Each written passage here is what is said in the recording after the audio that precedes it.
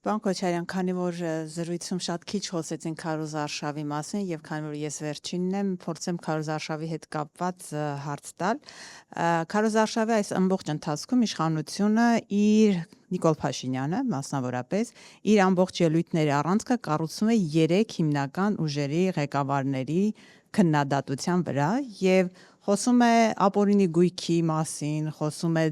բոլորին կներեք իր մեջ բերեմ արտահայտությունները սատկացնելու մասին, բանտերում նստեցնելու մասին, ժողովրդին ասում է իրենց ունեցվածքը բոլորը ձերն է դառնալու։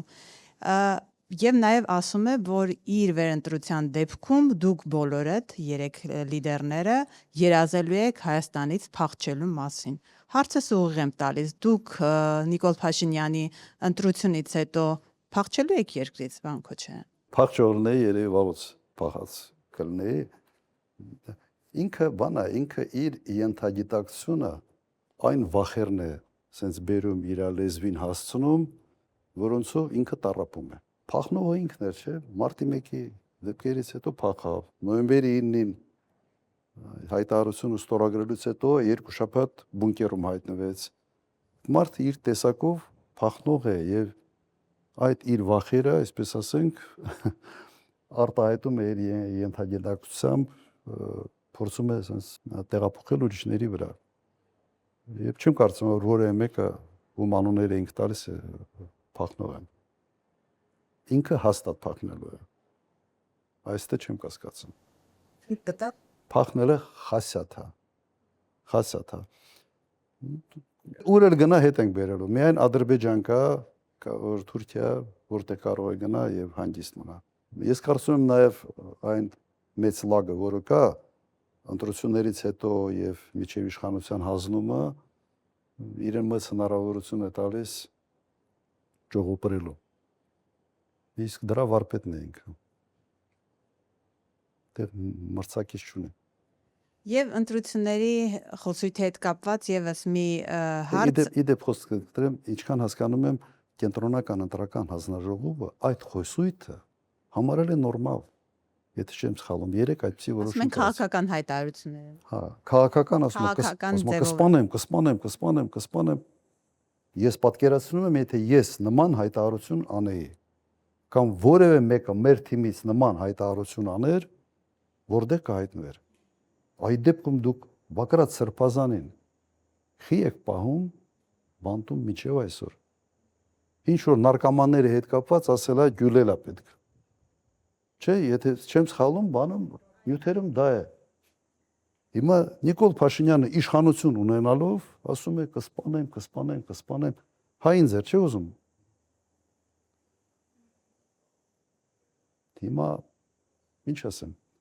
Սա է մեր իրականությունը։ Եվ մի հարցի եմ ուզում անդրադառնալ կրկին Քարոզ Արշավի խոսույթի հետ կապված։ Պարոն Քոչարյան, Նիկոլ Փաշինյանը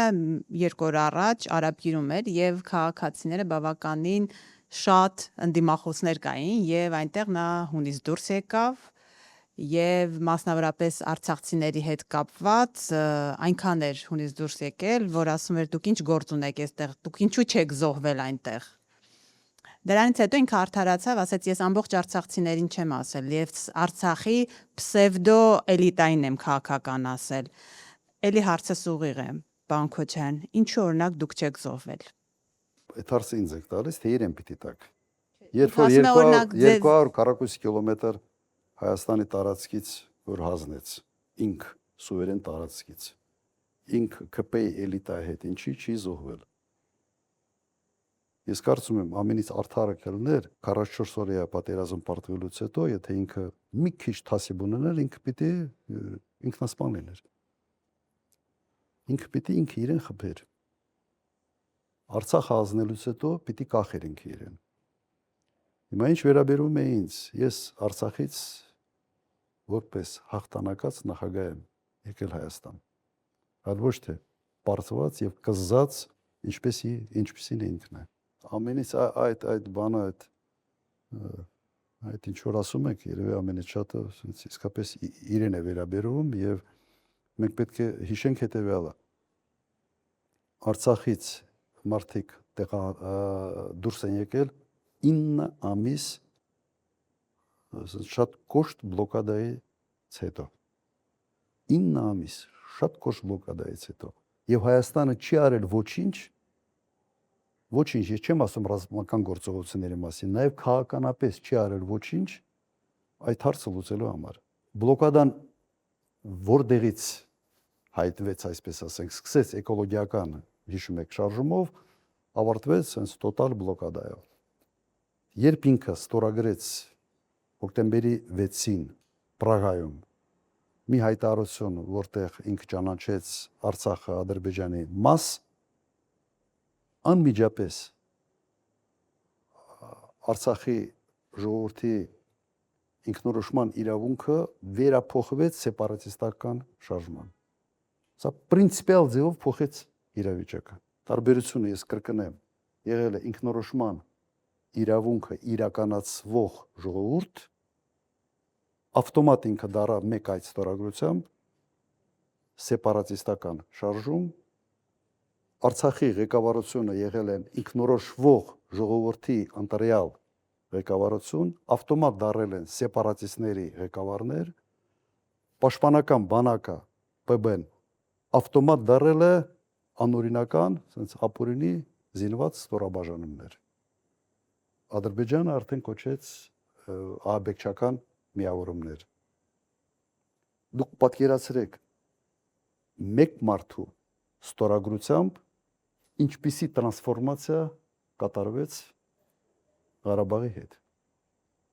Այդ մարդը իր պատասխանատվությունը չի զգում ինքը ինչ արել։ Մակրոնն այրեն համոզել, ինքնա Մակրոնին համոզել, Ալիևն է համոզել, ես չգիտեմ ինչ է կատարվել այդ խոհանոցի մեջ։ Բայց մեկ ստորագրությամբ ամեն ինչը սենց շուռ եկավ, եւ հետևանքները սա են։ Ինքը ուղղակի մեղավոր է, ուղղակի պատասխանատու է այն ամեն ինչի, ինչ կատարվեց Ղարաբաղի հետ այդ օրերին 23 թվականի սեպտեմբերին։ Ամեն ինչը ինքը բացատրություն չունի եւ իսկապես դրանից հետո այդ մարդը պետք է ինքը իր հարցը լուծել, եթե մի քիչ, sense մի գրամ բան ունի, պատասխանատվության զգացում ունի ժողովրդի հանդեպ։ Հիմա այդ ժողովրդին ասում է խիչեք մեռը։ Ենթադրում եմ, որ ինքը շատ ուրախ կլներ, որ ընդհանրապես մեռնեին։ 5000 զոհ, 12000 վիրավորը տվեց, մարսեց, վերընտրվեց։ Հիմա էլ ասում եմ, ինչ ա եղել, 120-ն էլ ընդեղ մեռնեին։ Կգամ, կասեմ, կչոքեմ, կգնամ գերեզմաններին, ծաղիկ կդնեմ, կչոքեմ, ձեռը սրտի վրա կդնի, ինչ որ դերասանություններ կանի եւ հերթական անգամ կմարսի։ Երևի դա